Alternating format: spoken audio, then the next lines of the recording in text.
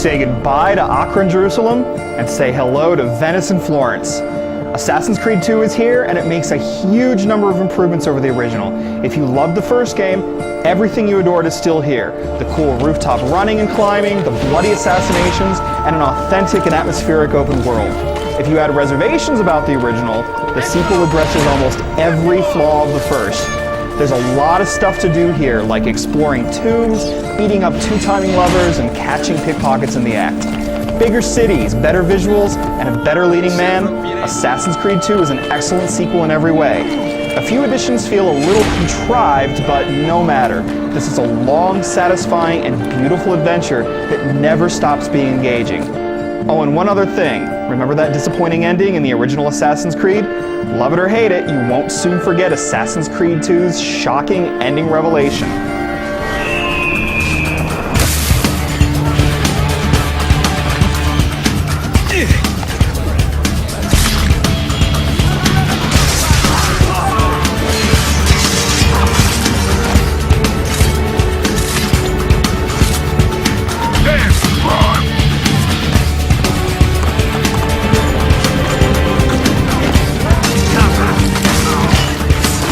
So what's new?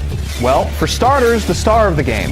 It's 15th and 16th century Italy, and you play the majority of the game as Ezio, the son of an Italian banker. Ezio is a charming troublemaker, but soon he leaves behind his civilian clothes and dons the robes of an assassin. Ezio is a great lead, and it's fun to watch him grow from a young firebrand to that dangerous assassin. The storytelling is much more coherent and straightforward now. So while things are a bit more linear than in the original Assassin's Creed, the upside is that you get a much more interesting narrative filled with much more interesting people. That doesn't mean you've left Desmond behind, you know, the bartender whose memories you explored in the first game. However, how he fits into the new story is best left to discover on your own. Don't assume you don't get the free-roaming joy you'd expect from an Assassin's Creed sequel, though. You'll sprint across rooftops, assassinating guards, and climbing towers to synchronize your map and get a bird's-eye view of the absolutely stunning cityscapes. But there's a whole bunch of additions that keep things incredibly engaging. There's now an economy, for example, and you earn florins for completing missions, looting corpses, and finding treasure chests. You'll also earn income from your Uncle Mario's villa, and you can purchase upgrades for it to bring in even more cash. With those florins, you can buy new weapons, better pieces of armor, and a lot more. You can even dye your robes if you want to look extra spiffy. As for the combat itself, it works much the same as before, but there are some subtle additions that make it more fun. You have a bunch of different weapons to test in combat. You can even disarm enemies and steal their weapons. Or just pick the blades up off the ground after you've killed your foes.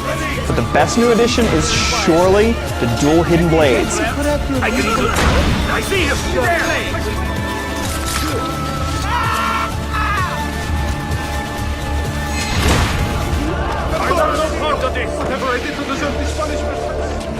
Almost every other element is enhanced in some way. Gone are the clusters of scholars that automatically walk you into a building. Now, the stealth elements are more organic. You can step into a group of citizens to hide, though there aren't many missions where this is an absolute necessity. You can hire groups of, courtesans to distract guards, or hire thieves to fight guards with you. It's also easier to tell whether you're apt to get noticed by patrolling enemies. There's a notoriety meter that tells you how likely you are to be recognized, and it acts sort of like the wanted levels in Grand Theft Auto games. To decrease your notoriety, you can assassinate key guards or pay off town criers. The easiest thing to do is to tear down the wanted posters that appear. But the posters usually appear in places no one, not even guards, would ever see. And like a few other additions in Assassin's Creed 2, the wanted poster thing just seems a little contrived. Another aspect that doesn't quite work to the game's benefit are the puzzles that you can discover and solve, though I'd be giving too much away if I told you the specifics.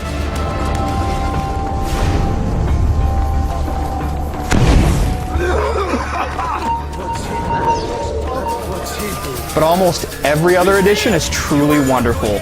You'll race in a covered wagon and fly above the rooftops in a bizarre flying contraption thanks to the help of your friend, Leonardo da Vinci. Leonardo will also upgrade your synchronization bar, that is, your health bar, when you bring him codex pages which are hidden in buildings around the cities. Another great addition, the tombs you'll discover. Inside each of them is an important artifact you need to retrieve, and you'll reach it with some traditional platforming levels that might remind you a bit of Prince of Persia: The Sands of Time. Assassin's Creed 2's platforming is as smooth and slick as you'd expect, and it's fun to figure out how to get from point A to point B in those tombs. A few of the puzzles are timed, as are some of the main missions, but it's fun and easy to string together jumps. The tombs provide some of the best moments of the game, and there's a treat in store for you if you find all of the artifacts. Let it be said, Assassin's Creed 2 is probably the best looking open world game ever created. The sumptuous lighting, the sense of place, the crowds of people going about their business, the way the city seems so organic, the whole presentation is absolutely gorgeous.